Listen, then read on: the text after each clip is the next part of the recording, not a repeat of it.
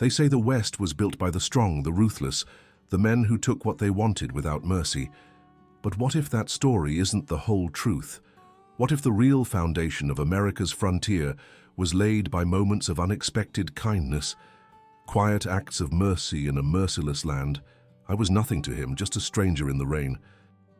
In a time when a black man owned nothing but what he could carry on his back and defend with his life, one freedman rancher made a choice that defied all logic. He shared his last possession with someone he'd never met, never knowing how those few hours in a storm would echo through history.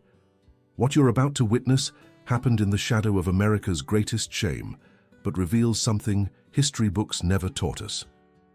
And when you hear the 4 words spoken at that wedding, you'll understand why this story has been hidden for generations. Stay with me until the final chapter, because what happens next will challenge everything you thought you knew about love, sacrifice, and justice on the American frontier. If this is your first time here, I'm sharing untold stories of black heroes from America's past on the Black Rancher channel. Hit subscribe now and ring that bell so you never miss these powerful tales that deserve to be told. Now let's dive into Chapter 1 of a story that will change how you see the American frontier forever.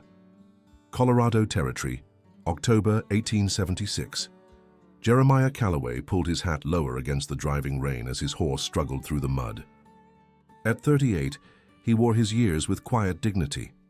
Shoulders still broad and strong despite everything he'd endured, eyes alert beneath the brim of his weathered hat. The storm had caught him halfway between his ranch and timberline, turning what should have been a simple supply run into a desperate race against nature's fury. Night was falling fast, the temperature dropping with it. Even with his experience, Jeremiah knew the dangers of a mountain storm in autumn. "Easy, Samson," he murmured to his horse, patting the animal's soaked neck. "We'll find shelter soon enough." Lightning split the sky, illuminating the landscape in harsh white light. In that brief moment, Jeremiah spotted what looked like an abandoned line shack about a quarter-mile ahead. It wasn't much, but it would keep them out of the worst of the storm. As he approached the dilapidated structure, Jeremiah noticed something unusual. A horse nearly as soaked as his own, tethered under the minimal shelter of a leaning overhang. Someone else had found the shack first. Jeremiah hesitated. In the 5 years since he'd established the North Star Ranch, he'd learned caution the hard way. A black rancher with 2,000 acres of prime grazing land had enemies, some who'd rather see him dead than successful. Another crack of lightning decided for him. This was no night to sleep in the open. "Hello, the house," he called out, following proper frontier etiquette as he dismounted and led Samson toward the shelter, stranger seeking shelter from the storm. Silence, then the creak of the door opening just enough for a rifle barrel to emerge. "State your business," came a voice, surprisingly, a woman's voice tight with fear. "Just looking for shelter until morning, ma'am," Jeremiah replied calmly, keeping his hands visible. "Storm's getting worse. I'm happy to share the space or move on if need be." The door opened wider, revealing a young woman in her 20s, dressed in practical riding clothes now muddied and soaked. Her dark hair hung in wet ropes around a face that might have been pretty, if not drawn with exhaustion and weariness. "You're welcome to tie up your horse next to mine," she said finally, lowering the rifle slightly. "But I'll keep this close just the same." "Wouldn't expect otherwise," Jeremiah nodded, respecting her caution. "Name's Jeremiah Calloway. I ranch about 15 miles north of here." "Catherine Wilson," she replied after a moment's hesitation. "I'm traveling to Denver." Jeremiah noted her reluctance to share more but didn't press. The West was full of people running from something or someone. He'd done his share of running before finding his place. Inside, the shack was bare but dry. A small fire struggled in the crude fireplace, giving more smoke than heat. Catherine had placed her saddlebags as a makeshift pillow near the warmth. Jeremiah set about caring for Samson first, unsaddling him and rubbing him down as best he could before joining Catherine inside. The single room grew awkward with silence as they both dripped onto the dirt floor. "You're shivering," Jeremiah observed, noting how Catherine huddled near the meager fire. From his saddlebag he pulled his only blanket, worn but clean, a prized possession he'd carried since the war. Without ceremony, he held it out to her. Take it. You need it more than I do." Catherine stared at him with suspicion. "And what would you want in return?" The question held the weight of experience. A woman alone on the frontier learned harsh lessons quickly. Jeremiah simply shook his head. "Nothing. Where I come from, you help someone in need because next time it might be you needing help." He placed the blanket on the floor between them and moved to tend the fire, adding the driest wood he could find from a small pile in the corner. As he worked, he felt her eyes studying him, taking in his dark skin, his capable hands, the small scar that ran along his jawline. Finally, Catherine reached for the blanket, wrapping it around her shoulders. "Thank you," she said softly, the words barely audible over the howling wind. Jeremiah nodded, settling himself against the wall farthest from her, giving her space. "Try to get some rest, Miss Wilson. Storm might break by morning." Hours passed with only the sound of rain on the roof and occasional thunder. Jeremiah dozed sitting up, years of vigilance making true sleep impossible in such circumstances. He woke fully when he heard Catherine's voice, small in the darkness. "I've never met a Negro rancher before." "Not many of us," Jeremiah acknowledged, "but we exist. Fought for the Union, earned my freedom, then earned my land." A pause stretched between them. "Are you running from something, Miss Wilson?" Jeremiah asked finally, his voice gentle. In the dim firelight, he saw her shoulders stiffen. "I'm running to something," she corrected. "A new life." She offered nothing more, and Jeremiah didn't ask. Everyone deserved their secrets. "Whatever you're seeking," he said instead, "I hope you find it." Catherine studied him in the fading firelight. "Why would you help me? You don't know me. I could be anyone." Jeremiah considered his answer carefully. "My mother used to say the measure of a man isn't what he does when everyone's watching. It's what he does when no one sees." Outside, the storm raged on, but inside the shack, something shifted. A small measure of trust, taking root in unlikely ground.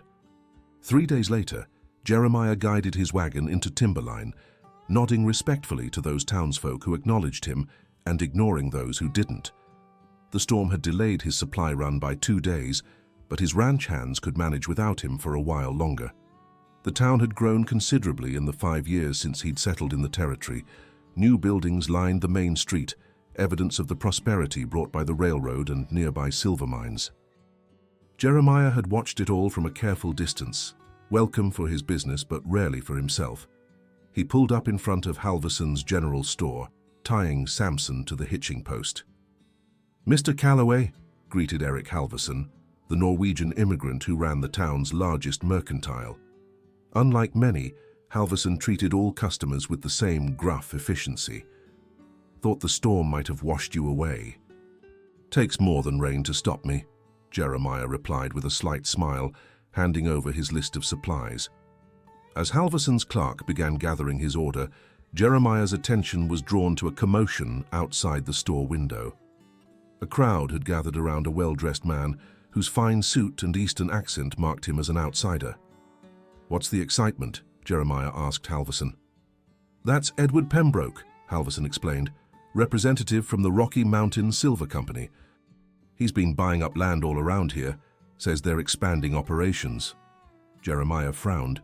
He'd heard rumors of the Silver Company's aggressive expansion, often at the expense of small ranchers and homesteaders who couldn't fight their tactics or their lawyers. As he watched, Pembroke spotted him through the window. Something flashed across the man's face.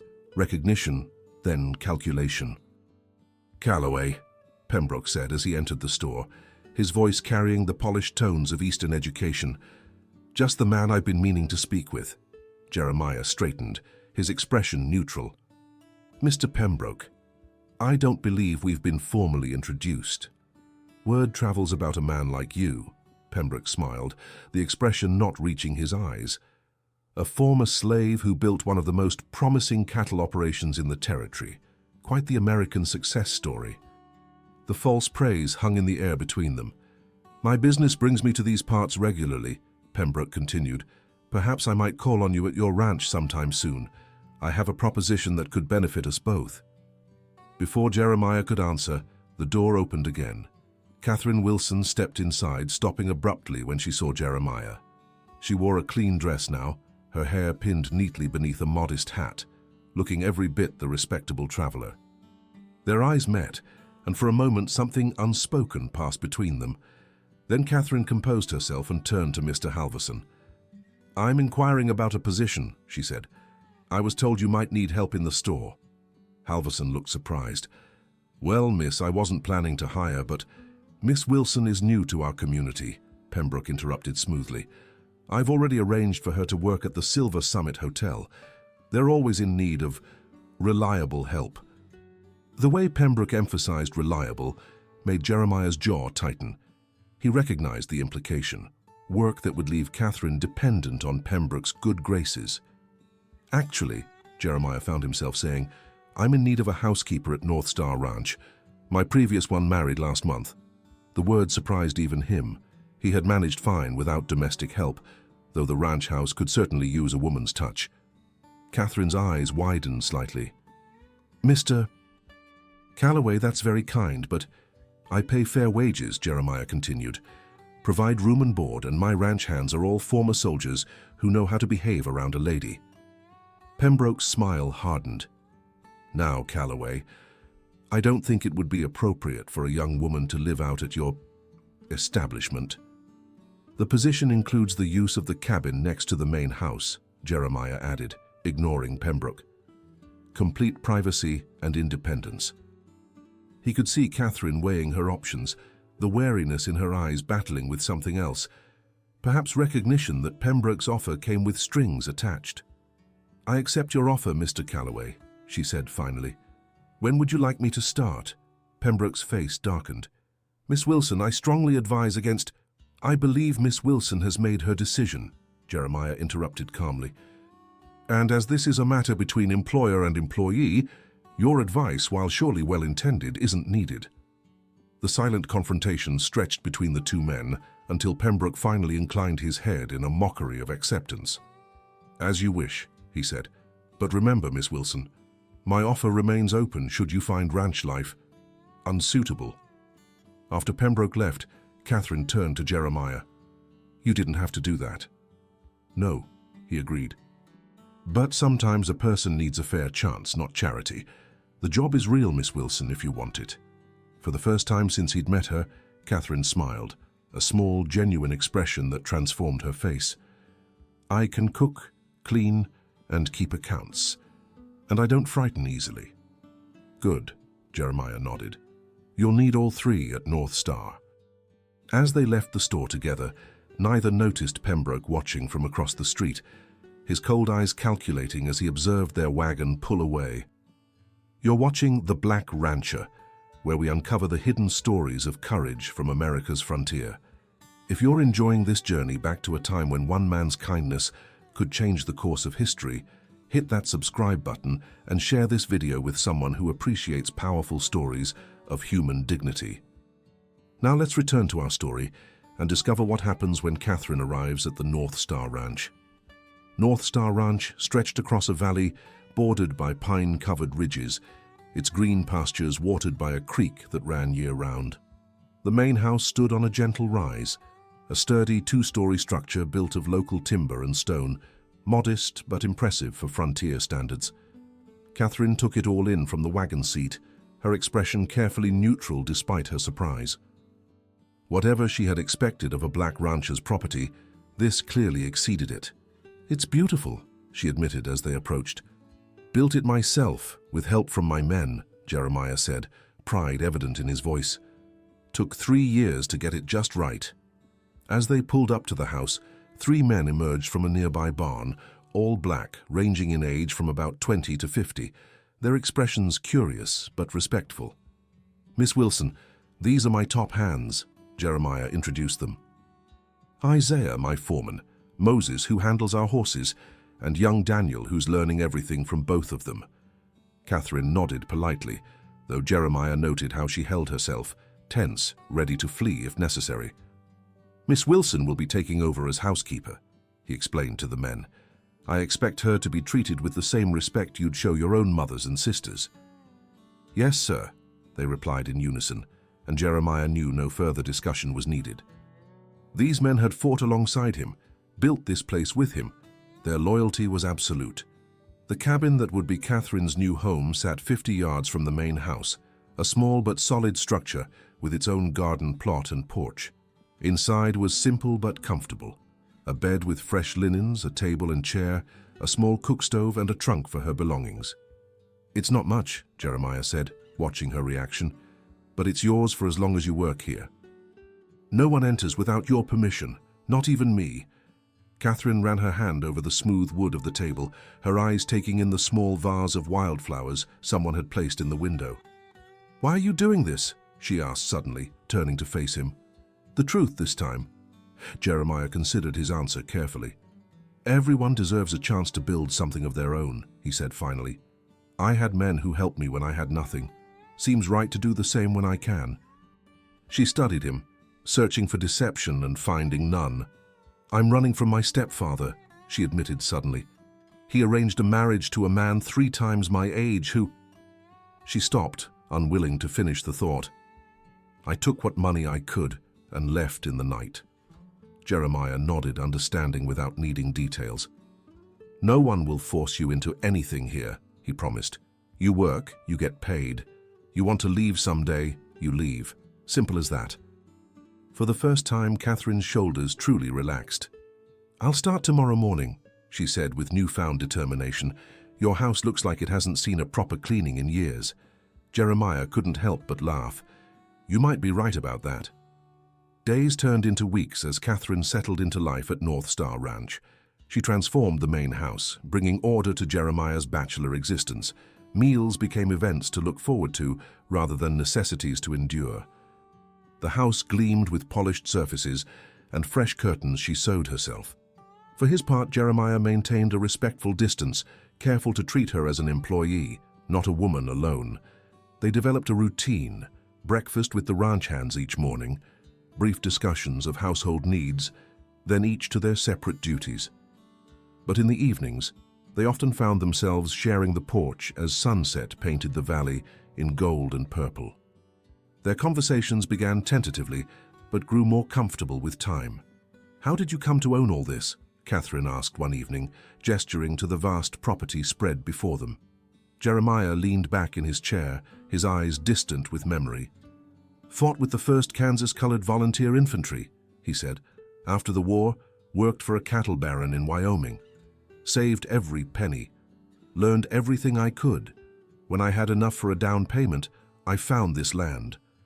The bank didn't want to lend to me, but my old colonel co-signed the note." He smiled faintly. "Worked myself nearly to death those first years. But freedom means nothing without something to build." Catherine nodded. "My father used to say similar things before he passed. He had dreams of heading west."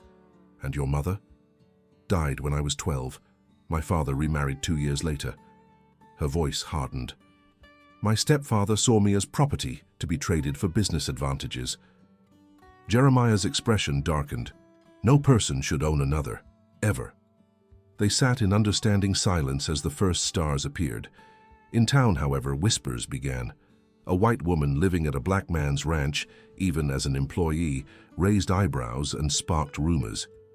Jeremiah noticed the stares when they came to town for supplies. Catherine held her head high, ignoring the whispers, but he could see the strain it caused her. "Perhaps I should find work elsewhere," she suggested, after a particularly difficult trip where the minister's wife had openly snubbed her. "I'm bringing trouble to your door." "This is your home now," Jeremiah replied firmly, "until you choose to leave. The gossips will find something new to talk about soon enough." But the rumors reached beyond local gossips.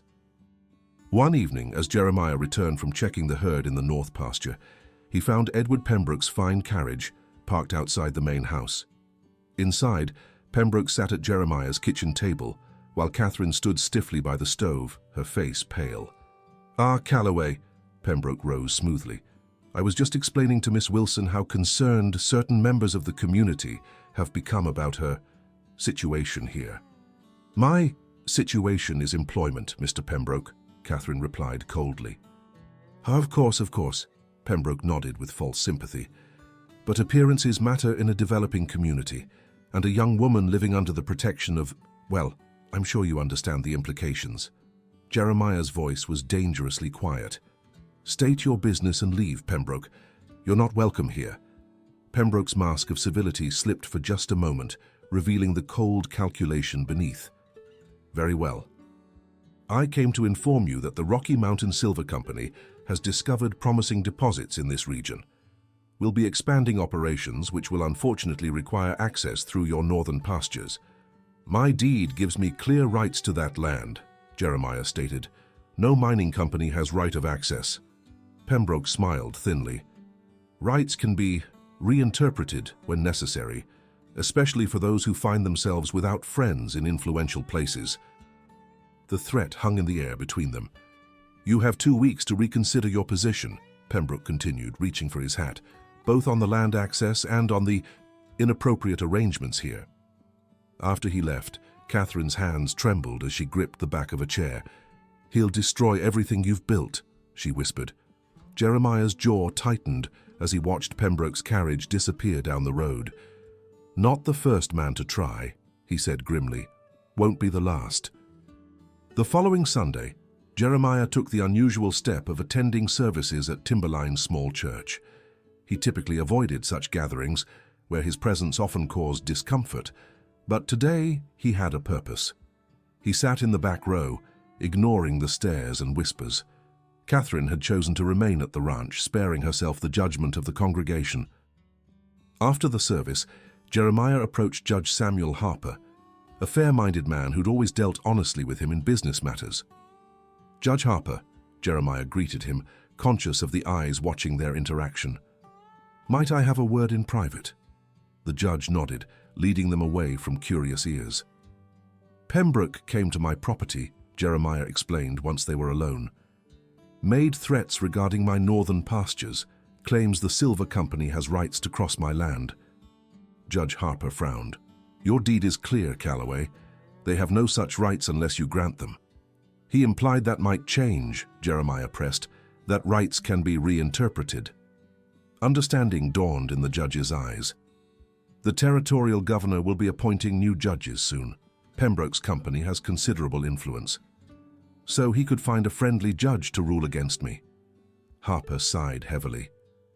It wouldn't be the first time a large company found ways around the law. But listen, Calloway, it's not just your land that concerns them. What do you mean? There's talk, Harper said carefully, about your housekeeper. Pembroke is using it to turn sentiment against you, suggesting that a white woman in your household is improper. Jeremiah's expression hardened. Miss Wilson is an employee, nothing more. You and I know that, Harper acknowledged, but Pembroke is painting a different picture. And in a territory still finding its footing, such rumors can be dangerous. The warning was clear. Jeremiah thanked the judge and rode home, his mind working through possible defenses against Pembroke's schemes. At the ranch, he found Catherine teaching young Daniel to read on the porch, something she'd taken to doing during free hours. The sight momentarily lifted his spirits before the weight of Harper's warnings settled back on his shoulders. That evening, after the ranch hands had retired to their quarters, Jeremiah shared Judge Harper's insights with Catherine. So he's using me to undermine you, she concluded, anger flashing in her eyes, making me a weapon against your land. It's an old tactic, Jeremiah said wearily. Find any excuse to question a black man's character, then use it to take what he's built. Catherine paced the kitchen, her skirts swishing with each turn. I should leave. If I'm not here, they have one less weapon against you. And go where? Jeremiah challenged. Back to a stepfather who would sell you to the highest bidder? To Pembroke, who would use you just as cruelly? There must be something we can do, she insisted. Jeremiah was silent for a long moment, considering options he'd never thought would be necessary. There might be a way, he said finally, but it would require sacrifice from both of us. The next morning, Jeremiah rode to town alone, seeking out attorney James Wilson, no relation to Catherine, the only lawyer in the territory who would represent a black client without reservation. It's risky, Wilson warned after hearing Jeremiah's plan. Even with legal documentation, they could challenge it, and the personal cost to both of you. Sometimes the only way to beat men like Pembroke is to use their own assumptions against them, Jeremiah replied firmly. Can you draw up the papers? Wilson nodded slowly. I'll have them ready by tomorrow, but are you certain she'll agree? That's for her to decide, Jeremiah said, rising to leave. All I can do is offer the choice. When he returned to the ranch, he found Catherine in the garden behind her cabin, harvesting late summer vegetables. For a moment, he simply watched her, her movements efficient, her face peaceful despite the troubles surrounding them. Miss Wilson, he called softly, approaching. I need to discuss something important with you. Inside her cabin, Jeremiah laid out the legal documents Attorney Wilson would prepare, explaining the strategy in careful detail. Catherine listened without interruption, her expression thoughtful. So, to protect your land, she summarized when he finished, you're proposing we enter a marriage of convenience. Jeremiah nodded. With legal provisions protecting your independence. You would retain rights to your own property, including wages saved. Should you wish to dissolve the arrangement at any time, you would be free to do so. But how does this help against Pembroke? As my wife, you would be legally entitled to inherit North Star Ranch should anything happen to me, Jeremiah explained. By territorial law, they cannot seize property from a widow without due process. It creates complications Pembroke would rather avoid. And the rumors about propriety would be silenced, Catherine added, understanding. Yes, though new rumors would surely take their place. Catherine rose and walked to the window, looking out at the ranch, the home she had begun to love despite herself. The town will believe you married me to silence their judgment, she said quietly, but they will judge me even more harshly for marrying a black man, regardless of the reason. Yes, Jeremiah acknowledged honestly. Which is why I would never ask this of you if there were any other way to secure your future and protect this land. Catherine turned to him, her expression resolute. When would this take place? As soon as the papers are ready. Tomorrow, perhaps. Judge Harper would perform the civil ceremony privately. She nodded slowly. I need time to consider. Of course, Jeremiah rose to leave. Whatever you decide, you have a place here for as long as you need it. That night, neither slept well. Jeremiah sat on his porch until dawn, watching the stars wheel overhead, wondering if he had made a terrible mistake in suggesting such an arrangement. As the first light of dawn broke over the eastern ridge, Catherine emerged from her cabin and walked purposefully toward him. I've made my decision, she said, her voice steady. I will marry you, Mr. Calloway, to protect this ranch and my freedom, but there must be complete honesty between us. I would expect nothing less, Jeremiah agreed. Then you should know my real name isn't Catherine Wilson, she said, her chin lifting slightly. It's Catherine Pembroke. Edward Pembroke is not just my stepfather. He's the man who's been trying to force me into marriage with his business partner. Jeremiah's expression betrayed his shock. Pembroke's stepdaughter? Then his interest in you goes beyond mere rumors. He needs me to secure a business merger, Catherine explained bitterly. The partner wants a young wife, and my stepfather wants access to silver mines in Nevada. I'm simply the currency for their transaction. This revelation changed everything, and nothing. The stakes were higher, the danger greater, but the solution remained the same. Does he know you recognized him here? Catherine nodded. He knows. That's why he threatened you so openly. He expects me to surrender rather than risk harm coming to you or your ranch. Jeremiah considered this new information carefully. My offer stands, he said finally, though the risk is greater than I realized. Then we should proceed, Catherine said with quiet determination. Not just for your land or my freedom, but to stop a man who believes he can own people's lives. The next day, Judge Harper performed the civil ceremony in Attorney Wilson's office, with the lawyer and his wife as witnesses.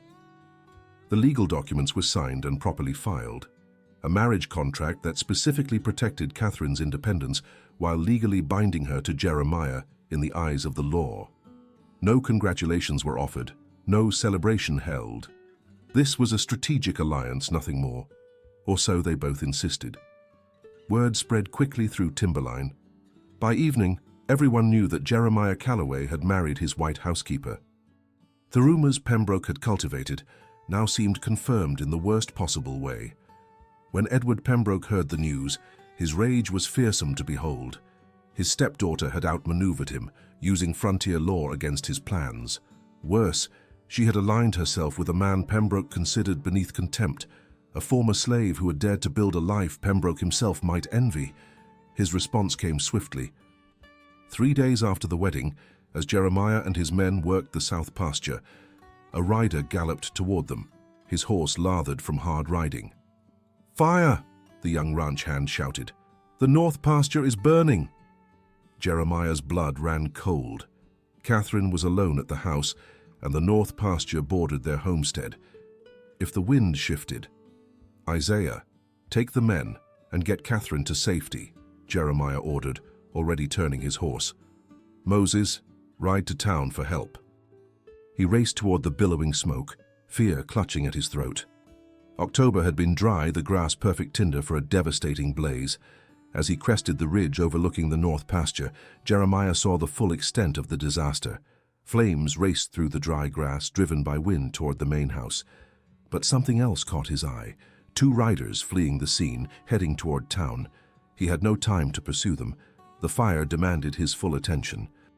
For hours, Jeremiah and his men fought the blaze alongside neighbors who had responded to Moses' call for help. They dug fire breaks, beat back flames with wet blankets, worked until their lungs burned and their hands blistered. By nightfall, they had contained the worst of it, though smoldering patches still required vigilance. The ranch house and buildings had been spared, but nearly a third of Jeremiah's grazing land lay blackened and ruined. Catherine had refused to evacuate, instead organizing the effort to bring water and food to the firefighters. Her face was smudged with soot, her dress singed in places, but her determination never wavered. As Jeremiah finally returned to the house, exhausted beyond words, she met him on the porch with a basin of clean water and bandages for his burned hands. "Pembroke," he said simply, as she tended his injuries. "Yes," she agreed, her voice tight with anger. "This is his answer to our marriage." They both knew this was only the beginning. Pembroke would not stop until he had destroyed everything Jeremiah had built and reclaimed his stepdaughter in the process. The next morning, despite his exhaustion, Jeremiah rode into town to file a formal complaint with Sheriff Taylor. He harbored no illusions that anything would come of it. The sheriff had always made his racial views quite clear, but the legal record needed to be established. As expected, Taylor was dismissive. "Probably just a passing rider's campfire got out of control," he suggested with poorly concealed satisfaction. "These things happen, Calloway." "And the 2 riders seen fleeing the scene?" The sheriff shrugged. "Probably trying to escape the fire themselves, unless you have proof otherwise?"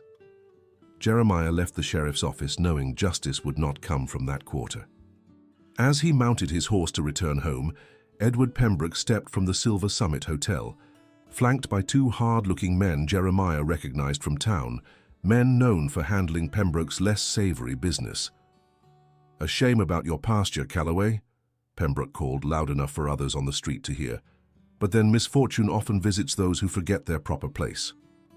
Jeremiah kept his face impassive, despite the rage building inside him. Engaging Pembroke publicly would only give the man what he wanted, an excuse to destroy him legally. "I'll give you one last opportunity," Pembroke continued, approaching. "Release Catherine from this farce of a marriage, grant the Silver Company access through your property, and perhaps further accidents can be avoided." Several townsfolk had stopped to watch the confrontation, their expressions ranging from curiosity to open hostility toward Jeremiah. "My wife makes her own decisions," Jeremiah replied evenly, "and my land is protected by law." Pembroke's smile was cold. "Laws are interpreted by men, Calloway, men who understand the natural order of things. Your kind were never meant to own land like North Star. It's an aberration that will soon be corrected." He stepped closer, dropping his voice. "One way or another, I will have what's mine, both the land and my stepdaughter. The only question is how much you'll suffer before accepting the inevitable." Jeremiah held the man's gaze. My wife and I will expect you at dinner this Sunday, 4 o'clock. Come alone. The invitation was so unexpected that Pembroke actually stepped back in surprise. What game are you playing, Calloway? No game, Jeremiah replied calmly.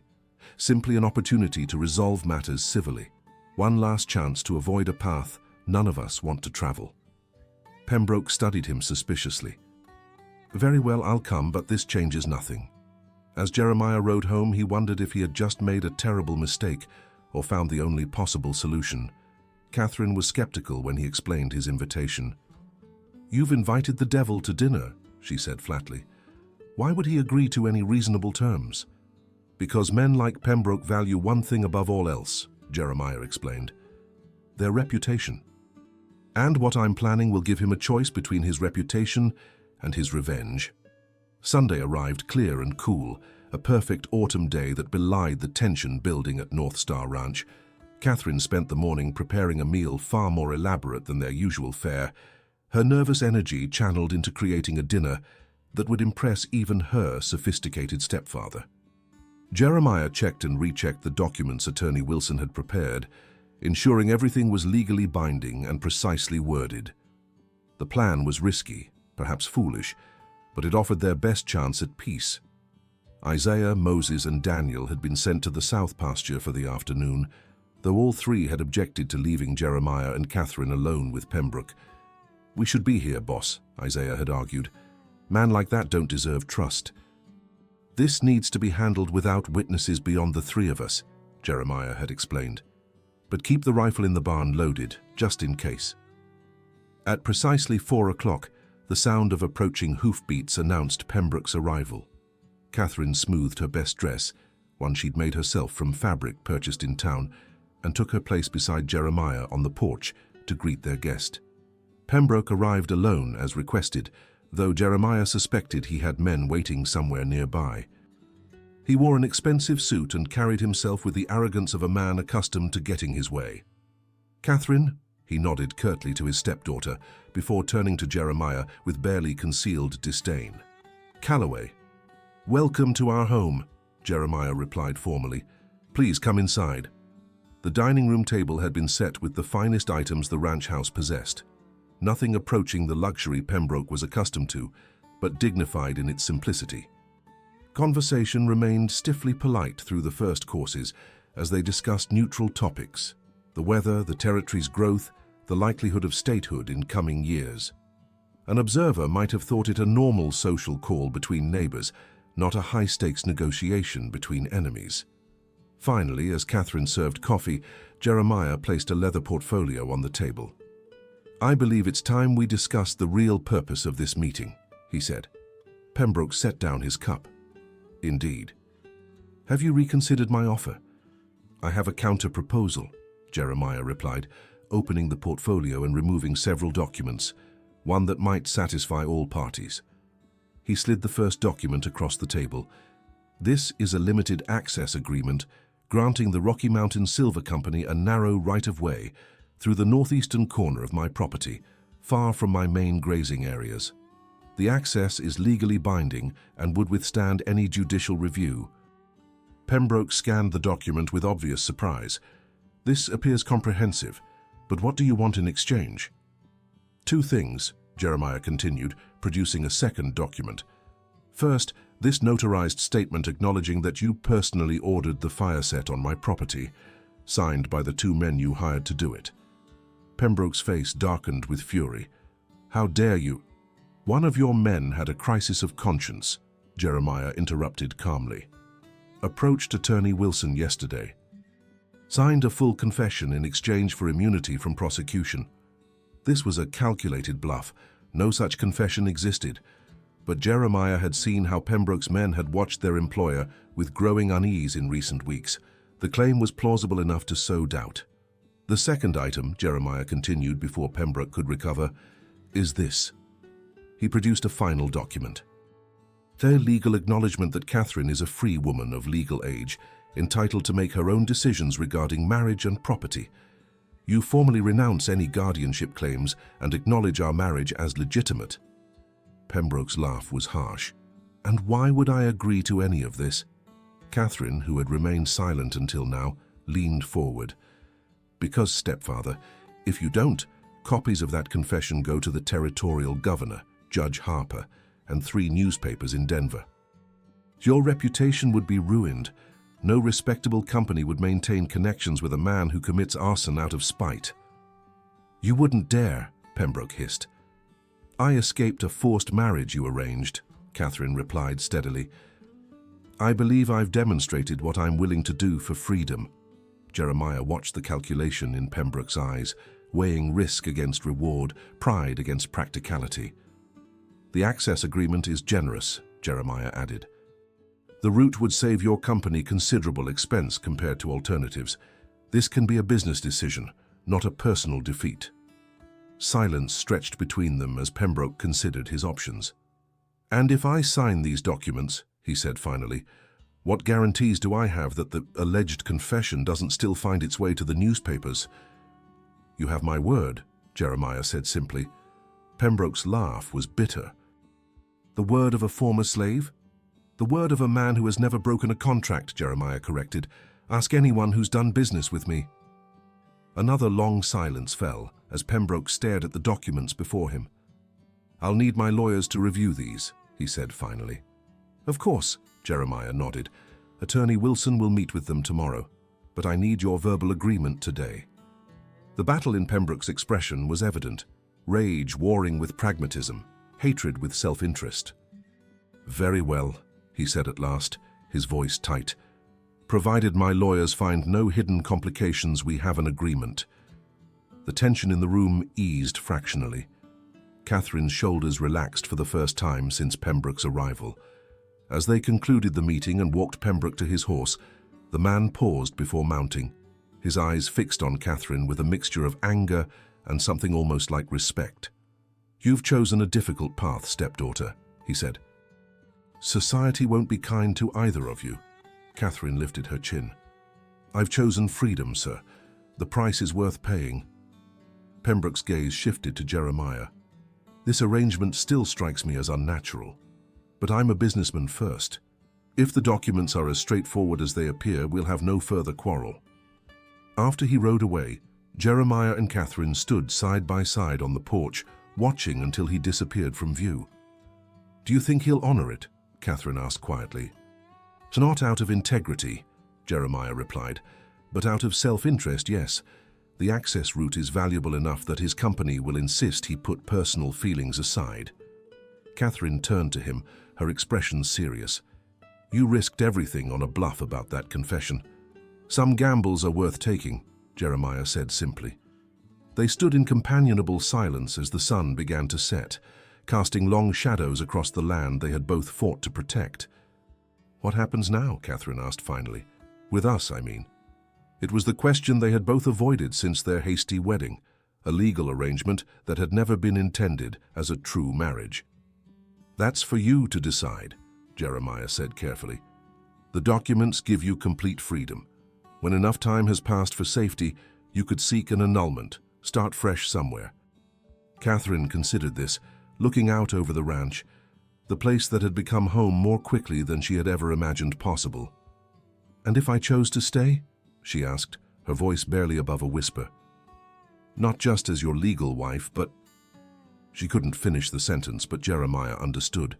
In the weeks they had known each other, something unexpected had grown between them, a connection neither had anticipated or sought. Then we would face considerable challenges, he answered honestly.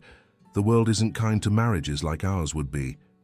The world wasn't kind to me as a woman alone either, Catherine observed, or to you as a black rancher. Perhaps we're stronger facing its unkindness together. Jeremiah turned to face her fully, allowing himself to truly see the woman before him, not as an employee, not as part of a legal strategy, but as a partner he had come to respect deeply. If that's your choice, he said softly, then I would be honored, but only if it's truly what you want. Catherine's smile was small but genuine. I never expected to find freedom, let alone... She paused, gathering courage. Let alone someone I could trust with both my life and my heart. As the last light of day painted the mountains in gold and purple, they stood together on the porch of the home they had defended. two people who had shared a blanket during a storm and found, against all odds, shelter in each other. 2 years later, the church in Timberline was packed to capacity, though not for the reason anyone might have expected. Judge Samuel Harper had died peacefully in his sleep, and the entire community had gathered to pay respects to the man known for his fairness and integrity. Jeremiah and Catherine Calloway sat in the back row, their presence still causing whispers even after 2 years of marriage. But the nature of those whispers had changed. The North Star Ranch had prospered, expanding its operations and employing more men, including several other freed slaves looking for honest work. The access road granted to the Rocky Mountain Silver Company had brought unexpected benefits as well. With increased traffic near their land, Jeremiah had opened a trading post at the crossroads, providing supplies to miners and travelers. The venture had proven so successful that even those who disapproved of their marriage found themselves doing business with the Calloways. Edward Pembroke had kept his word, though he avoided direct contact with his stepdaughter and her husband. Business was business after all, and the arrangement had proven profitable for his company.